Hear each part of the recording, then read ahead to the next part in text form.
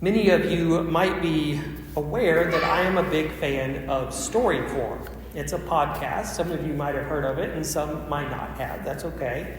I've adapted a number of stories that I heard on StoryCorps to various sermons that I preached recently. Now, for those who maybe aren't aware of StoryCorps, it's a podcast, or originally it was a radio show. And the whole mission is to preserve and to tell the stories of everyday Americans. The way it works is two people enter a radio booth and they interview each other. It could be a mother and a daughter, it could be two close friends, or it could even be two strangers who hardly know each other at all. And usually it's about a really significant event in one person's life. Their stories are recorded and then preserved at the Library of Congress. And what I love about StoryCorps is the raw humanity, the authenticity that comes through in these stories. The glory of God shines through the ordinariness of each person's life story. Now let me give you an example. This was from an interview conducted a couple of years ago by two people who, until recently, had been two complete and total strangers.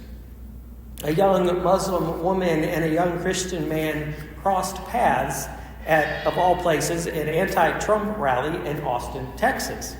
The Muslim woman was there to protest Trump and was wearing a hijab, and the Christian man was there to support Trump and was wearing a Make America Great Again hat. And the woman saw a group of protesters harassing the young man, and they were getting very aggressive. And at one point, someone in the crowd snatched the hat off the young man's head. And it was at that point that something snapped in that young Muslim woman. Because in her tradition, to snatch a Muslim woman's hijab off her head would be extremely disrespectful. And so when she saw this aggressive group of young people rip the hat off this young man's head, she immediately came to his aid. And she shielded him from the crowd and took him away from there and then picked his hat up and put it back on his head. And from that moment on, the two became fast friends. After that, they agreed to enter a StoryCorps booth and tell their story. And really, it was more like just interviewing each other with simple questions like, where are you from? The Muslim woman was from Iraq, and the Christian man had grown up in a very secluded rural home. And so they couldn't have been farther apart. But here, in this miraculous way that only God could do, they were brought together and became friends. And this is why I love StoryCorps, because it highlights the God moments. The times when we could never explain why something happens. It must be a God thing. And this got me thinking this week. What if Mary and Elizabeth could have interviewed each other during their pregnancies? What would they have said on their StoryCorps show?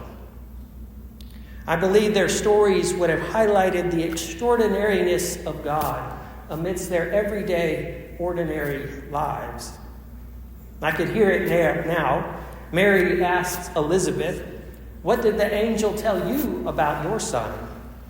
And with a look of astonishment, Elizabeth would say, "The angel told me that my son would carry the spirit of Elijah and turn the hearts of many to the Lord our God." Can you believe it, Mary? My son, of all people, Elijah? The same Elijah who brought the dead back to life? The same Elijah who blessed a poor widow during a famine when she thought all hope was lost? The same Elijah who turned a jar of meal and a jug of oil into a cup overflowing? That same Elijah who challenged the prophets of Baal on the mountain of Carmel?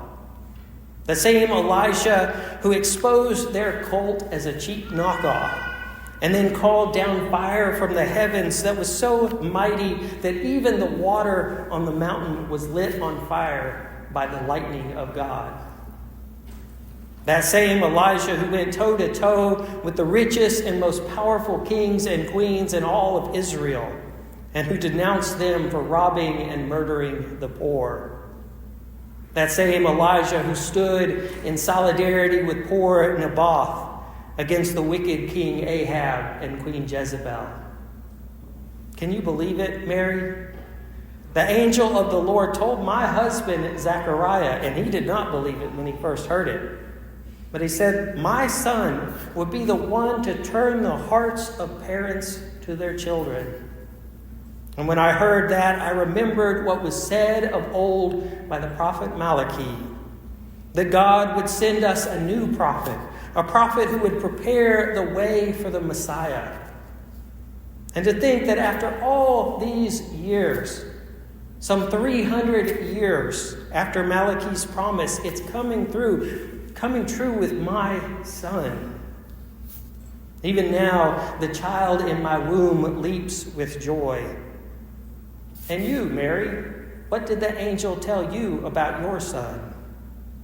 And Mary responds, the angel Gabriel visited me in Nazareth, and he called me the favored one of God.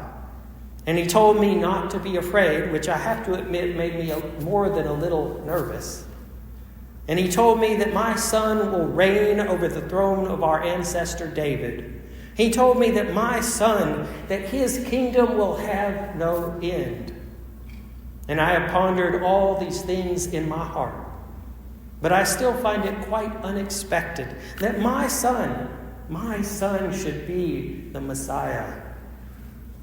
It's been almost 1,000 years since our ancestor David walked these very lands, and his kingdom fell long ago. But my son of all people, that he should be the one to restore what was lost. It is a most unexpected thing indeed. And me, a single mother living in backwater Nazareth, no one ever pays attention to what comes out of Nazareth. I never dreamed that I would be called the favored one of God. I could see it now, Elizabeth, your son and mine, working together to instill a new heart and a new spirit among our people. Yes, Mary, I can see it too, said Elizabeth. And so it is that the glory of God is revealed amid two ordinary women who heard and believed. A God thing, if I've ever heard of one. Amen.